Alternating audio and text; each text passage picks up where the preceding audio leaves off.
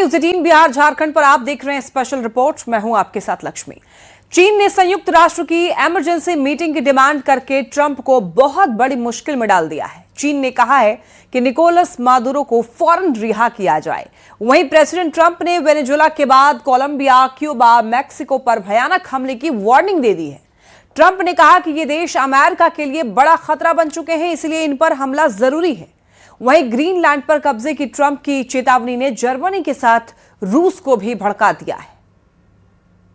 No nation in the world could achieve what America achieved. This was one of the most stunning, effective, and powerful displays of American military might and competence in American history. We're in charge. America ने युद्ध की आग भड़का दी है। Venezuela में भड़का युद्ध कई देशों को राख में मिला सकता है,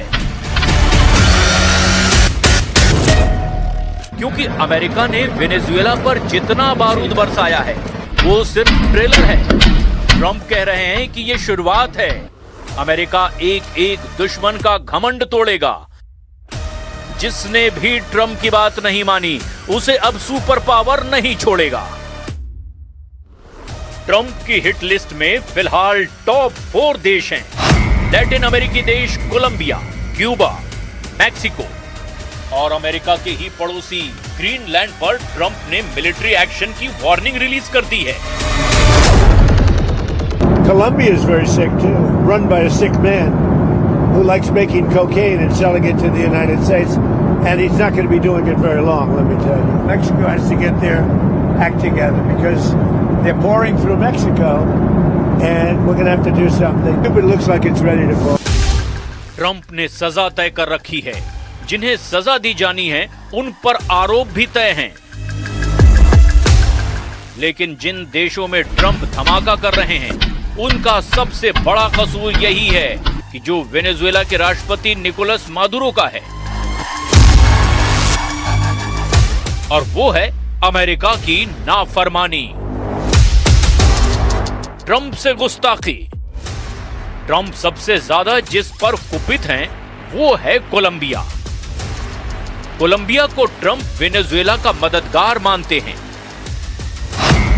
कोलंबिया में अगस्त 2022 से गुस्तावो पेट्रो राष्ट्रपति हैं। गुस्तावो कोलंबिया के पहले वामपंथी राष्ट्रपति कहे जाते हैं। गुस्तावो पेट्रो कोलंबिया में M19 गुरिल्ला आंदोलन से जुड़े रहे हैं। गुस्तावो पेट्रो को अमेरिका का कट्टर विरोधी नेता कहा जाता है। गुस्तावो की निकोलस मादुरो से अच्छी बनती है। दोनों एक दूसरे के हक में बयान देते हैं, जिसकी वजह से ट्रंप गुस्तावो से खफा रहते हैं। वेनेजुएला पर हमले से पहले 23 दिसंबर 2025 के दिन ट्रंप ने गुस्तावो को जानलेवा धमकी दी थी। From the Venezuelan oil, they're not getting any of it. And Cuba literally is ready to fall. And you have a lot of great Cuban Americans that are going to be very happy about it. America की फेहरिस्त में Mexico का नाम भी शामिल है, जो Trump का ताप झेलने जा रहा है। मैक्सिको ट्रंप की अमेरिका फर्स्ट पॉलिसी में सबसे बड़ी मुश्किल बनता आ रहा है। मैक्सिको को अमेरिका अपनी सुरक्षा के लिए भी बड़ा खतरा मानता है। हालांकि ट्रंप को मैक्सिको की लीडरशिप से ज्यादा परेशानी नहीं है। मैक्सिको की राष्ट्रपति क्लाउडिया शिनबाम हैं, जिन्हें ट्रंप शानदार लीडर बता चुके हैं। ट्रंप ने क्लाउडिया से मैक्सिको में अमेरिकी सैनिक भेजने की पेशकश भी की थी, जिसे क्लाउडिया शिनबाम ने यह कहते हुए नकार दिया कि वो ड्रग कार्टेल से निपट लेंगी। मगर ट्रंप ये बात दोहराते रहे हैं कि मैक्सिको पर ड्रग कार्टेल का कब्जा है।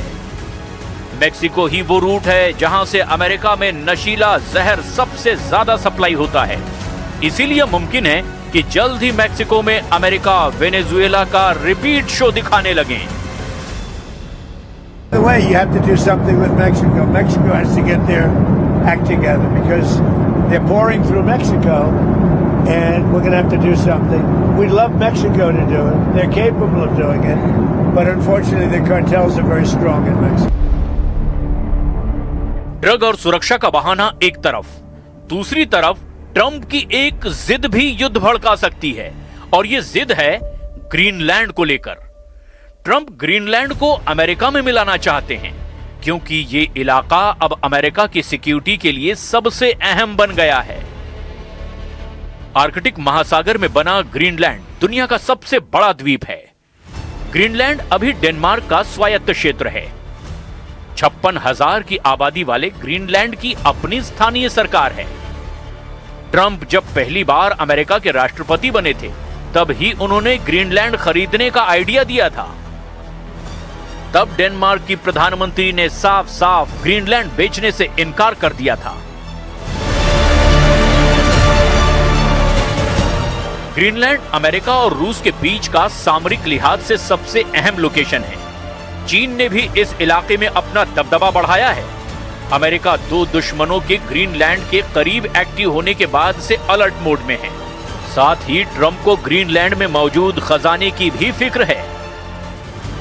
ग्रीनलैंड में रेयर अर्थ मेटल और खनिज तेल का बड़ा भंडार है। अमेरिका की नजर ग्रीनलैंड के इसी खजाने पर है।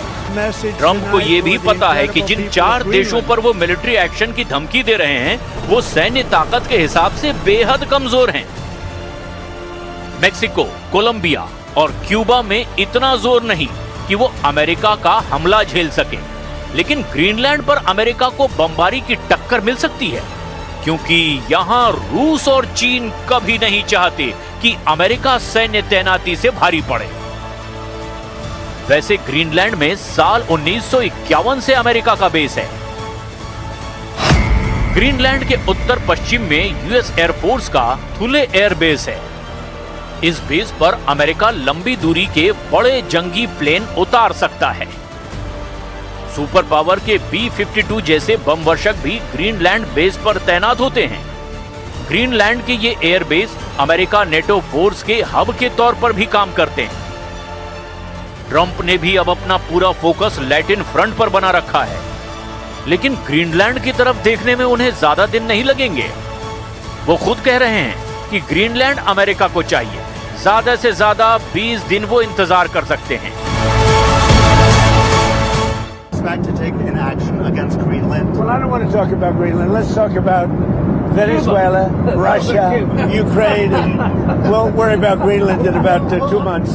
Let's talk about Greenland in 20 days. On Venezuela, we talked so much about energy. By the way, I will say this about Greenland.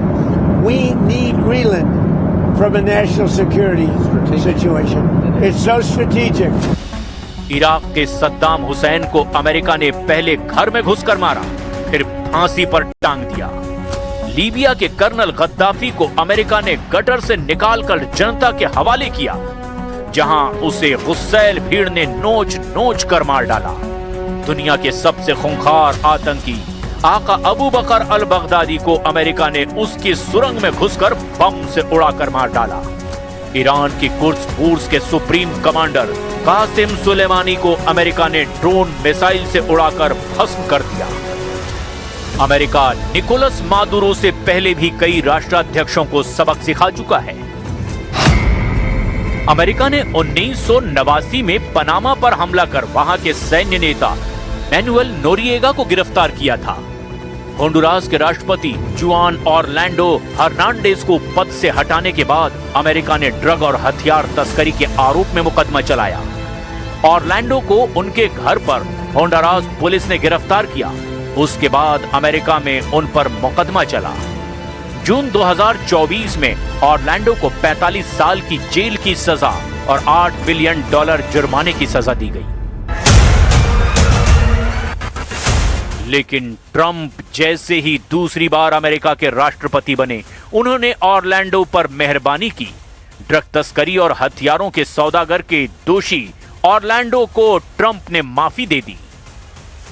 ताज्जुब की बात यह है कि वही ट्रंप अब ड्रग कार्टेल के आरोप में उन देशों को बर्बाद कर डालने की धमकी दे रहे हैं जो उनकी दादागिरी सहने को तैयार नहीं। ट्रंप का जोर जिन देशों पर चल सकता है, उन्हें वो धमका रहे हैं, लेकिन अमेरिका के लिए सभी देशों में वेनेजुएला जैसा ऑपरेशन आसान नहीं होने वाला।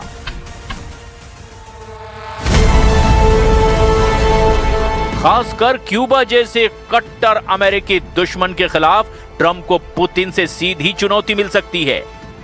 क्यूबा अमेरिका और रूस की दुश्मनी का पुराना इतिहास है। जब फिदेल कास्त्रो क्यूबा के सुप्रीम लीडर थे, तब रूस ने क्यूबा में मिसाइलों की तैनाती की थी। अमेरिका के U-2 जासूसी प्लेन ने रूस की मिसाइलों का पता लगाया था। उस वक्त अमेरिका रूस में परमाणु युद्ध की नौबत आ गई थी। 13 दिन तक चला ये युद्ध संकट आखिरकार बातचीत से टला था। रूस ने क्यूबा से मिसाइलों को हटाया तो अमेरिका ने तुर्की में मिसाइल तैनाती हटा ली।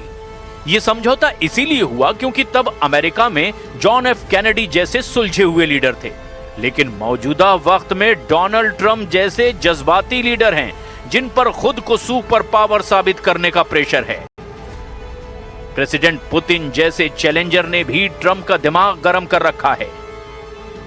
ऐसे में ट्रंप अपने सबसे बड़े दुश्मन को दहलाकर अमेरिका का पुराना रुतबा फिर से लौटाने का जोखिम भी मोल ले सकते हैं।